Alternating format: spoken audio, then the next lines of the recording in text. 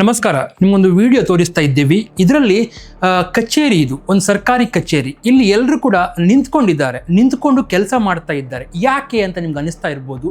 ಇದು ಪನಿಷ್ಮೆಂಟ್.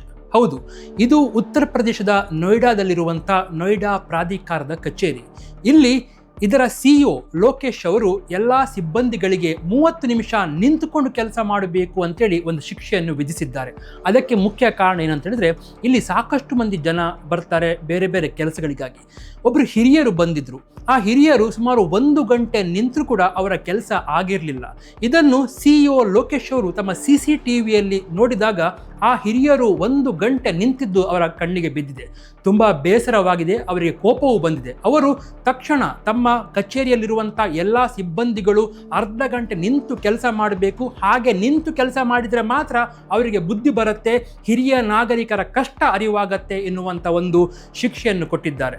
ನಮ್ಮ ಸರ್ಕಾರಿ ಕಚೇರಿ ಅಂತ ಹೇಳುವಾಗ ಅದು ಹೇಗಿರುತ್ತೆ, ಅಲ್ಲಿ ಹೋದರೆ ಯಾವ ರೀತಿಯಲ್ಲಿ ಸತಾಯಿಸ್ತಾರೆ ಎನ್ನುವಂಥ ಒಂದು ವಾತಾವರಣದ ನಡುವೆ ಕೂಡ ಇಂಥ ಪಾಸಿಟಿವ್ ಮೂವ್ಗಳನ್ನು ನೋಡುವಾಗ ತುಂಬ ಖುಷಿಯಾಗತ್ತೆ. ಇಂಥ ಒಂದು ನಡೆ ಎಲ್ಲ ಸರ್ಕಾರಿ ಅಧಿಕಾರಿಗಳಿಗೆ ಪ್ರೇರಣೆಯಾಗಲಿ ಅಂತ ಹೇಳ್ತಾ ಜನಜಾಗೃತಿಗಾಗಿ ತುಳುನಾಡು ನ್ಯೂಸ್.